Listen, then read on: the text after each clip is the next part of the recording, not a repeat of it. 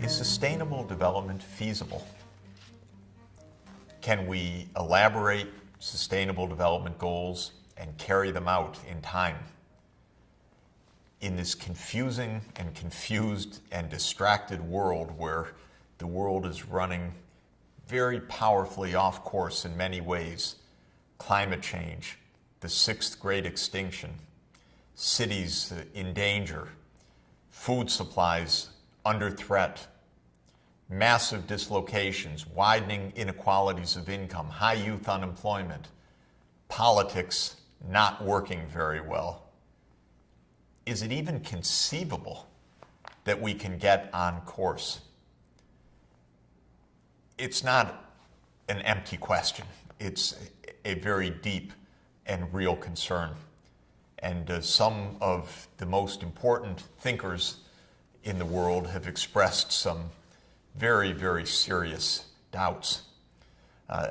Three authors recently, all of whom I tremendously admire, have in a way made me shudder with their pessimism. Jane Jacobs, who has passed away, who was one of the world's greatest urbanists and champions of vibrant, sustainable urban areas, in her last years of life wrote a book called Dark Age Ahead. It was a troubling book to read from such a wonderful thinker who argued that we're not making it right now. And not only are we on the wrong track, but that the tendencies continue to worsen. Communities fraying, public spirit disappearing, higher education dysfunctional in what it's really teaching, bad science, phony science elevated, and crowding out real science, governments not responsive to real needs but responsive to vested interests, a culture that somehow is distracting us from the central challenges that we face. All of the things we've seen and led Jane Jacobs, what a marvelous and wonderful and influential thinker, to this kind of very great pessimism. Who could rival the pessimism of the title of Martin Rees's book? Great astronomer Sir Martin published a book, Our Final Hour: Will Humanity Survive the 21st Century? Well, the title tells it all, that this is a message conditioned and saying, yes, of course there is a way out, but how dangerous are our circumstances. And the great ecologist, the pioneer of the interconnectedness of global ecosystems, James Lovelock, the inventor of the Gaia theory of the interconnections of the abiotic and biotic features of the Earth's systems, wrote in his recent book, The Revenge of Gaia, where he declared that we've already lost it. We've passed the planetary safety margins so far that major parts of the world are doomed to disaster. Afterwards, he pulled back a bit and said, maybe that is too pessimistic, too horrifying a thought. But I think we do make a mistake if we are glib, easygoing, saying that all of this is pretty straightforward, a small tweak here, a small change there, and we'll be on our way. Sustainable development is, simply speaking, the greatest challenge, the most complicated public policy challenge that humanity has ever faced. Climate change alone has that characteristic, but add in these other challenges of a rapidly urbanizing world, of a great extinction process underway because of human domination of ecosystems, over-extraction from oceans and land resources, the massive illegal trade that we talked about. These are science-based issues where there's not enough public literacy worldwide in the scientific underpinnings.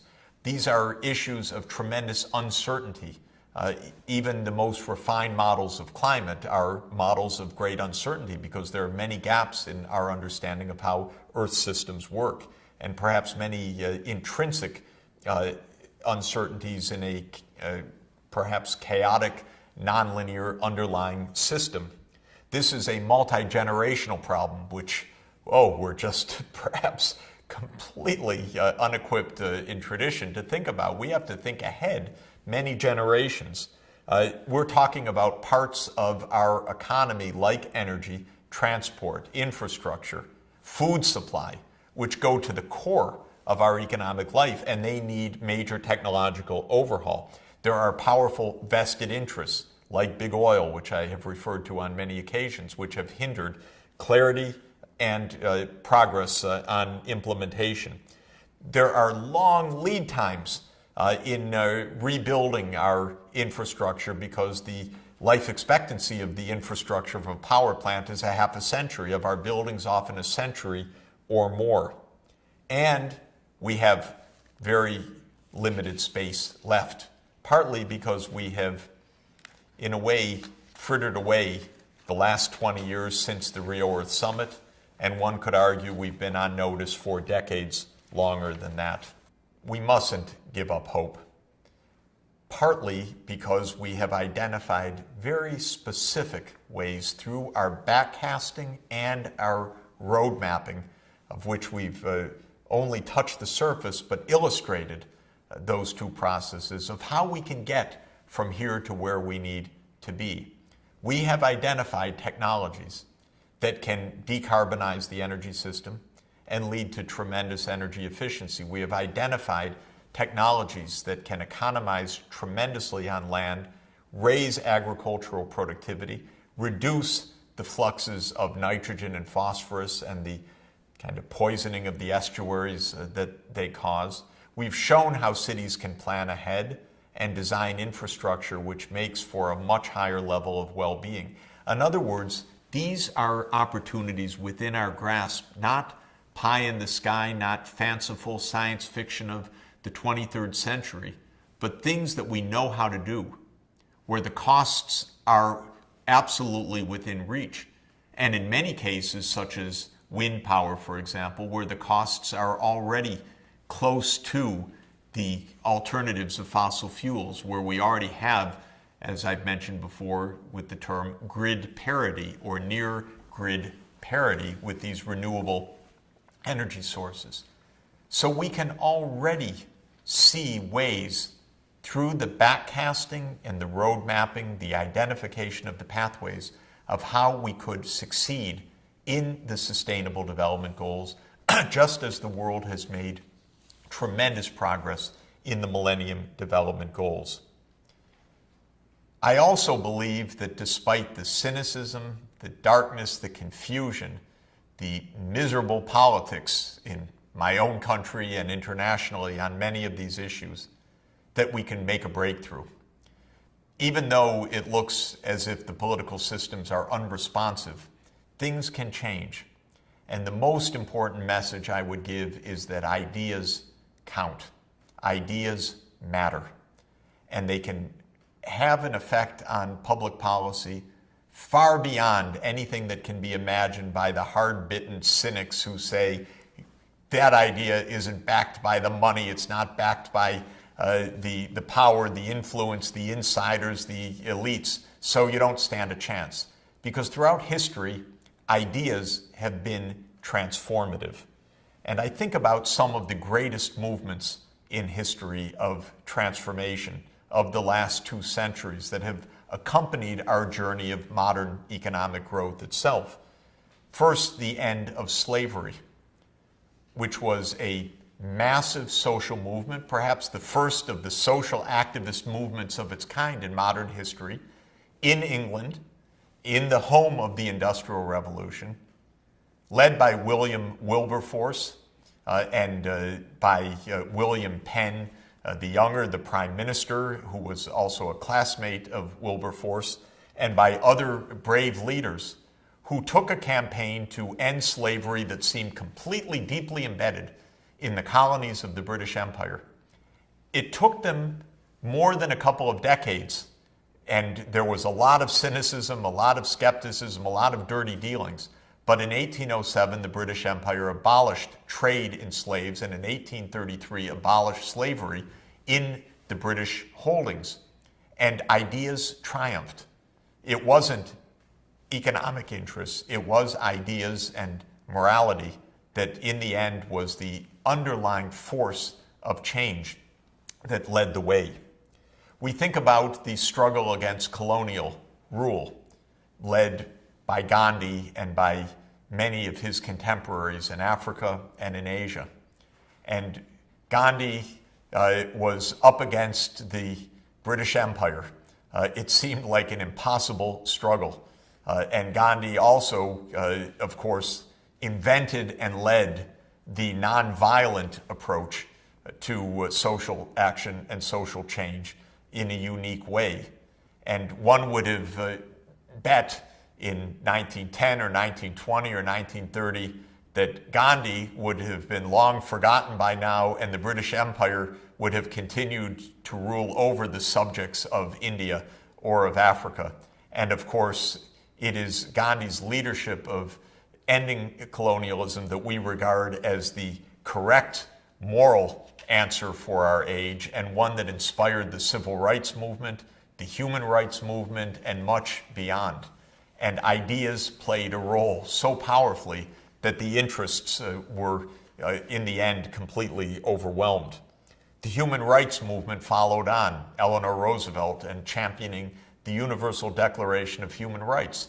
And we know that that wonderful document, the Moral Charter of the United Nations, does not exist in its full reality in the world. We know that it is violated massively every day, and that millions, indeed billions of people live without the basic rights, civil, political, or the economic, social, and cultural rights that are theirs as human beings and reflected in the Universal Declaration. But we know that the Universal Declaration has changed the world, and it has expanded the reach of human rights. It has expanded the recognition and cognizance of human rights, and those human rights ideas have empowered major initiatives like the Millennium Development Goals, which have turned into real results on the ground. And so ideas, again, playing an enormous role. And those ideas, of course, inspired the civil rights movement. And we're at the 50th anniversary, at the half-century mark of the civil rights era in the United States and Martin Luther King's remarkable leadership. Again, nonviolent, inspired by Gandhi, empowered by notions of human rights. As President John Kennedy said about the civil rights movement, that it raises issues as old as the scriptures and as clear as the United States Constitution. It was a moral issue, and ideas and morality paved the way for great breakthroughs, not finished by any means, but important breakthroughs led by ideas. And the women's rights movement and gender equality, which is playing such a magnificent and crucial role in enabling the world to get on a path of sustainable development, is another idea of our time. It's been hundreds of years in the making, but it's had great advance in recent decades, often in the least likely places in the world because of the most brave people.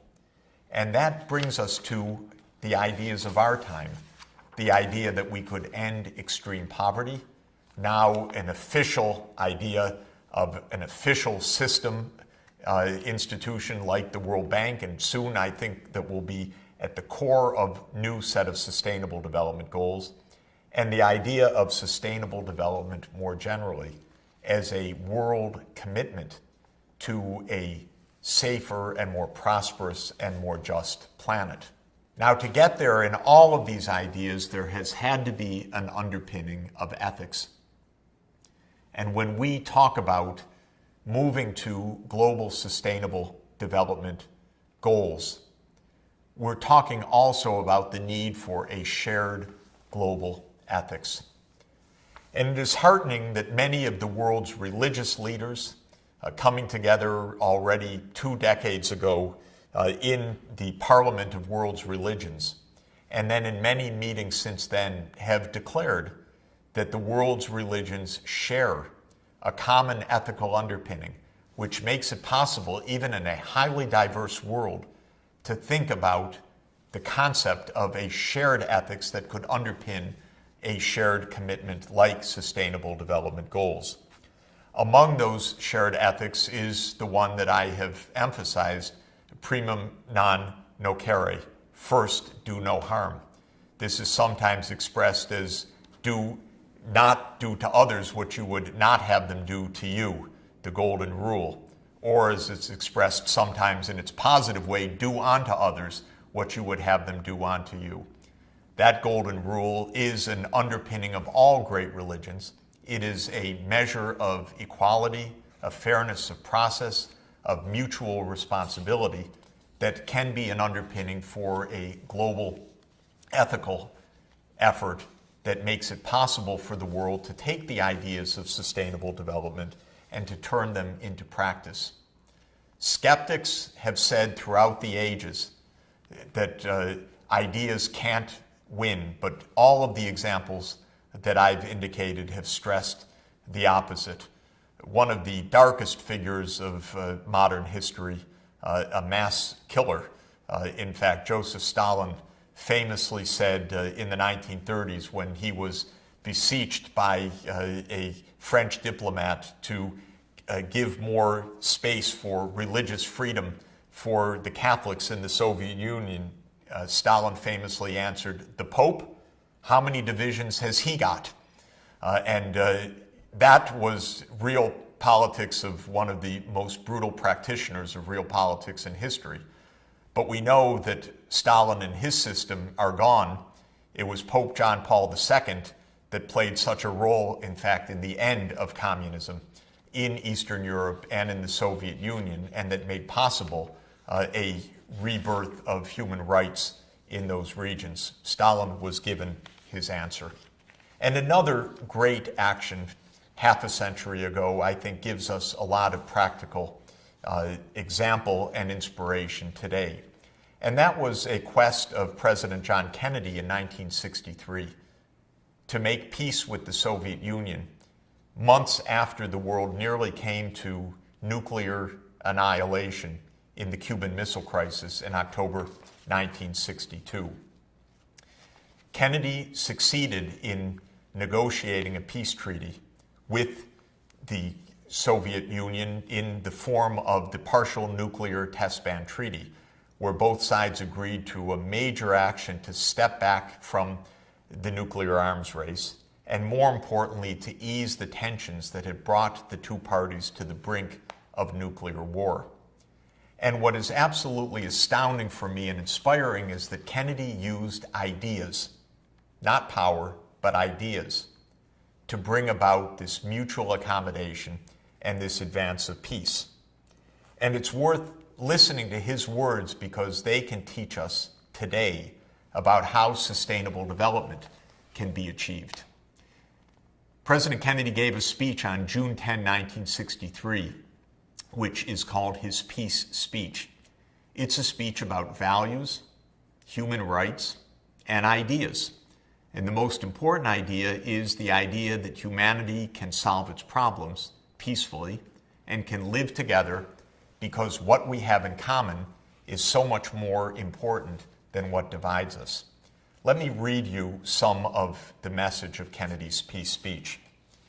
And I quote, he says that no problem of human destiny is beyond human beings. Man's reason and spirit have often solved the seemingly unsolvable, and we believe they can do it again. I am not referring to the absolute infinite concept of universal peace and goodwill of which some fantasies and fanatics dream. I do not deny the value of hopes and dreams, but we merely invite discouragement and incredulity by making that our only and immediate goal. Let us focus instead on a more practical, more attainable peace, based not on a sudden revolution in human nature, but on a gradual evolution in human institutions, on a series of concrete actions and effective agreements which are in the interest of all concerned. There is no single simple key to this peace, no grand or magic formula to be adopted by one or two powers. Genuine peace must be the product of many nations, the sum of many acts. It must be dynamic, not static, changing to meet the challenge of each new generation. For peace is a process, a way of solving problems. This is important. Sustainable development is a process, a way of solving problems peacefully and globally, addressing our deep common needs, using our science and technology, our know-how, and our shared global ethics to get there. Kennedy was grappling with a divide between the United States and the Soviet Union, a divide of deep values, political systems, and nuclear arms pointed at each other. But his message was that because we have common interests, we can resolve our problems peacefully. And he had an absolutely magnificent way of describing those common interests that resonate today. He said, and I quote again, "So let us not be blind to our differences, but let us direct attention to our common interests and to the means by which those differences can be resolved. And if we cannot end now our differences, at least we can help make the world safe for diversity. For in the final analysis, our most basic common link is that we all inhabit this small planet. We all breathe the same air. We all cherish our children's futures, and we are all mortal." Well, what a way to describe our fate on a crowded, shared planet. We are all breathing the same air. It's now got 400 parts per million of carbon dioxide. It is a threat to our well-being, to our future survival. We all cherish our children's futures, and we know what needs to be done. After Kennedy made that speech, he went on his final visit to Europe because he was assassinated soon afterward. Signed the peace treaty, the partial nuclear test ban treaty, and a few months later he was gone. But when he visited Europe, one of his great stops was visiting his own family's home country of Ireland.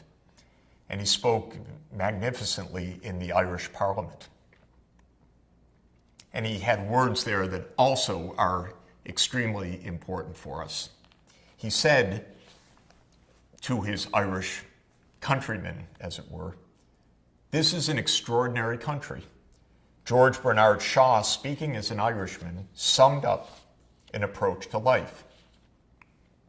Other people, he said, see things and say, why? But I dream things that never were, and I say, why not?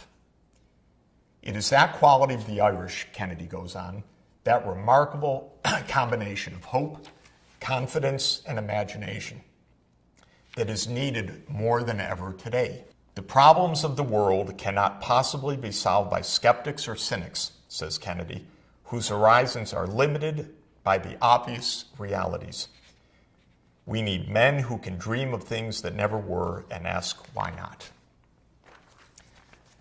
Kennedy got his peace treaty signed. He set the world on a path for stepping back from the nuclear brink. The partial nuclear test ban treaty was signed 5 years afterward, which was part of his idea of the practical step-by-step process. We are going to need that kind of practical step-by-step process. But we're going to need, as Kennedy said, to look beyond the skeptics and the cynics. They have every reason to point out our difficulties, but we're going to need to look forward to what needs to be done and to find that pathway to achieve it. In Kennedy's last speech to world leaders in the United Nations in the fall of 1963, just after the partial nuclear test ban treaty was signed, he ended his speech with absolutely remarkable words, which must be our words today. And again, I quote Kennedy telling the world leaders assembled at the General Assembly. Archimedes, says Kennedy, in explaining the principles of the lever, was said to have declared to his friends, "Give me a place where I can stand, and I shall move the world." My fellow inhabitants of this planet, let us take our stand here in this assembly of nations, and let us see if we, in our time, can move the world to a just and lasting peace. Now it's our turn to see if we can move the world to sustainable development.